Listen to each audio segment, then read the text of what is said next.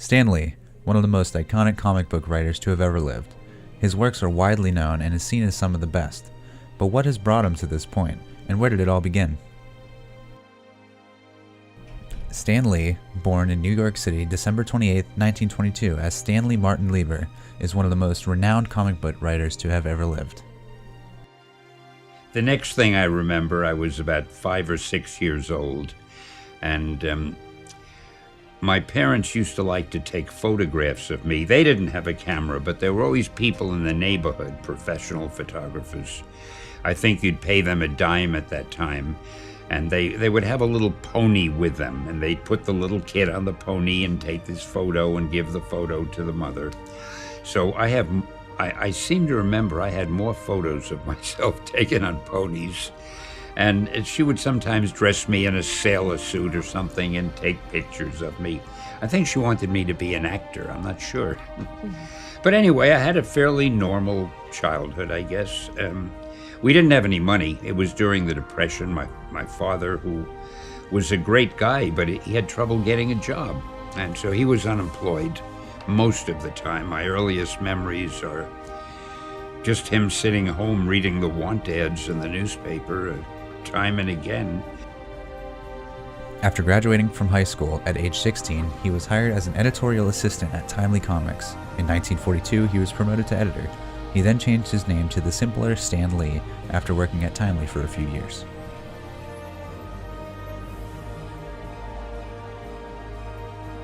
I can tell you exactly when Timely Comics became Marvel.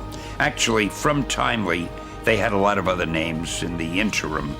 I don't remember all of them, but the last name they had before they became Marvel was Atlas Comics. And after we did the Fantastic Four, and we did the Hulk, Spider-Man, the X-Men, so forth, we suddenly began to realize, hey, we've got fans. We had never had fans before. We had never gotten fan mail before.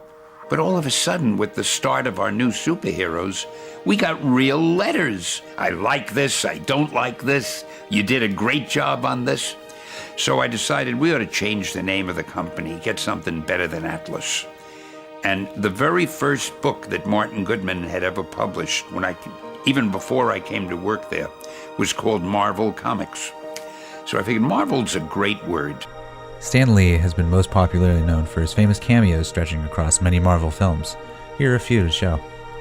Security ought to be Good morning, Dr. Francois. Security ought to be beefed up a lot more. In a place like this, you can't be...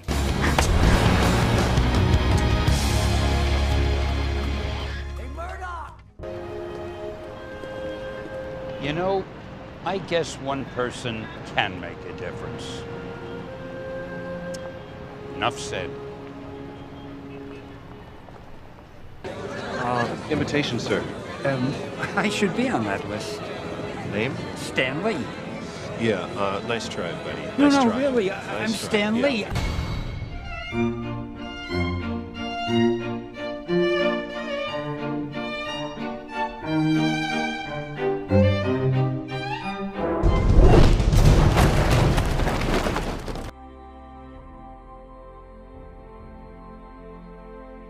I think that Stan Lee had a huge influence and a huge far-reaching influence on comic books because prior to Stan Lee, comic books were typically about extraordinary people, and Stan Lee helped to make comics about ordinary people. Peter Parker, for example, certainly wasn't an athlete, and he certainly wasn't a popular guy. He was an outcast and a nerd and a science geek, and he was made the forefront. So I think just making the stories more real, that in and of itself had a great influence on comic books for decades to follow after that. Stan Lee completely changed the way that people perceived comic books. Before he came along, everybody loved Superman and the invincibility that came with him, and he was untouchable except for some unknown substance called kryptonite. But when Stan Lee walked in, he created these characters who had feelings and who the world wasn't bigger than them, you know, and he just made it so easy for people to connect with them, and it just completely changed the comic book world as we know it.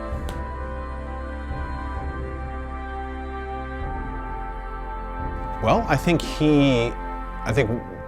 Stan Lee, as far as we know and as far as he said, Stan Lee loved his fans as much as they loved him. And I think when meeting him, he was able to show them just how normal he was, and because he was so normal, he was always very excited to meet fans, and always very excited to talk about them, and always very excited to hear about the influence that his work had on them. So I think he was always very receptive to fans, and always eager to speak to them, and eager to share with them. He gave people hope, you know, like Spider-Man and Fantastic Four. They were your average people who were just around, and they just happened to have superpowers. He made people believe in something bigger than themselves when they maybe didn't have anything else. I'd say he was like everybody's grandpa. He kind of was. Like he was in everything, so involved until he passed, and he was just an incredible person who changed so many people's lives. Stan Lee was and still is an inspiration for this generation and many generations to come. We hope to remember him for who he was and the impact he made on those around him.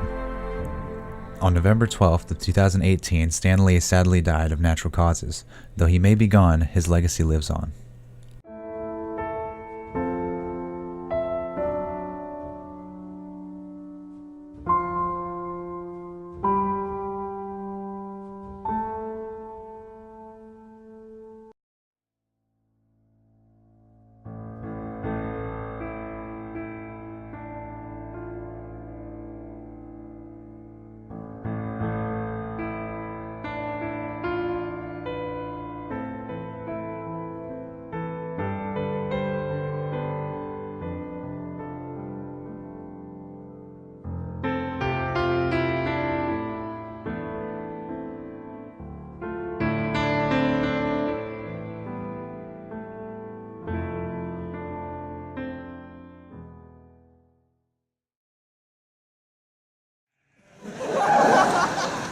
Excelsior!